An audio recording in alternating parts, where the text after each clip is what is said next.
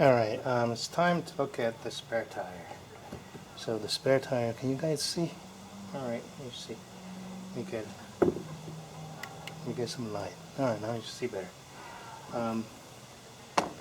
Tires, spare tire lives either under the trunk bed or under the car, exposed to the element, but under the trunk bed, and it's actually not so bad. So this is the emergency tools. I'll take them out. You take a look at it, and underneath that, that's the spare tire. Okay, and you inflate this again.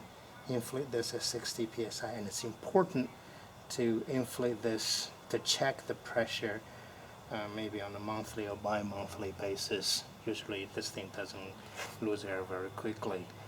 Every 2 months will be fine, but you do need to check the pressure of the spare tire, because if you don't, after a year or 2 years, the tire would always escape, and then when the time you need it, and the worst thing could happen is that you replaced the spare tire and lower the car and you watch the tire go flat.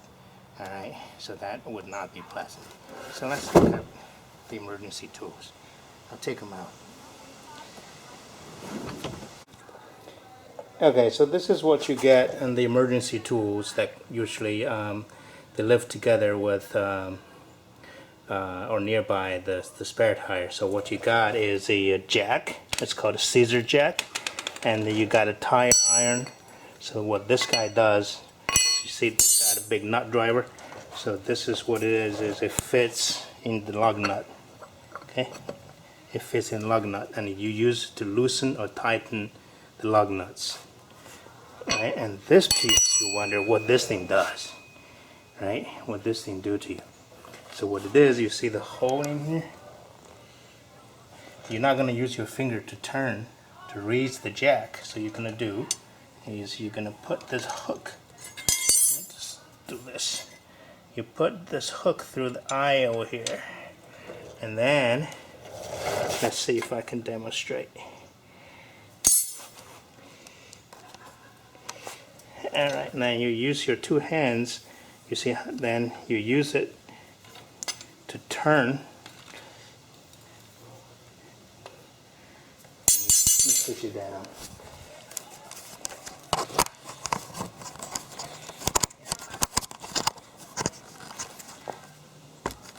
Is it better? Okay. So you use your hand to turn, okay? And so that way it gives you a much better, much higher leverage. So you use that to raise the jack.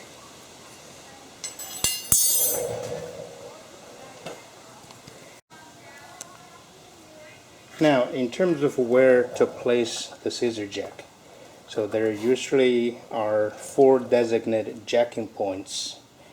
One is behind the front wheel on both sides, and if we move to the rear and ahead of the rear wheel. So that's usually, you will see, I'll show you, that is called a pinch weld, and there's a designated spot that you can place your scissor jack to safely jack the car up. Now before you do that, before you jack up the car, what you want to do, let's say we wanted to replace the front tire, right? So what you do is while the car is still on the ground, you want to use the weight of the car to loosen the lug nuts. Do not remove them, just loosen them, because otherwise once you jack the car up and then when you turn and the wheel is going to turn, you will have a hard time to loosen the lug nut. So while the car is on the ground, loosen the lug nut, but do not remove the lug nuts. Loosen it, and then you jack the car up. It will be a lot easier to remove the lug nuts. And so when you place the spare tire in position, you want to tighten it up, tighten the lug nuts up as far as you can, but it's not going to be enough. What you're going to do is that you're going to have to retighten after you lower the car, again, use the weight of the car to tighten the lug nuts. You can step on it if you would to make sure that the lug nuts are tight. Alright, so let's look at the jacking points. Alright, I placed the scissor jack under the car because the camera has a rocker panel. It's very difficult to see from outside. I hope this is a good shot. So let me tell you, what is this? This is the pinch weld. This is the pinch weld. Okay? This is the pinch weld. You want to place the jack right under the pinch weld. Make sure the pinch weld gets into this groove so that gives you the stability of the jack. And otherwise the car might slip out of the jack and you can get injured. So this is important to get the pinch weld inside the groove of the scissor jack. Alright, one last thing. It's about TPMS, tire pressure monitoring system. It's mandatory now. Every car has to have it.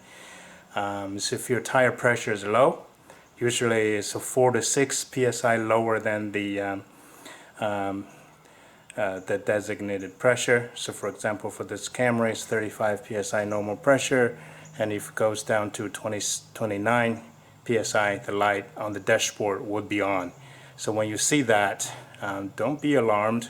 Just at your first convenience, and find a gas station that has air pump and has a proper gauge that can give you a reading. Either they set at 35 or they have a gauge you can use to read the to read the pressure, and it just pump it up. And the light would remain on for a little while, maybe a quarter mile to a half a mile after you pump up the tires, and the light will go off by itself. Alright, so this is about tires.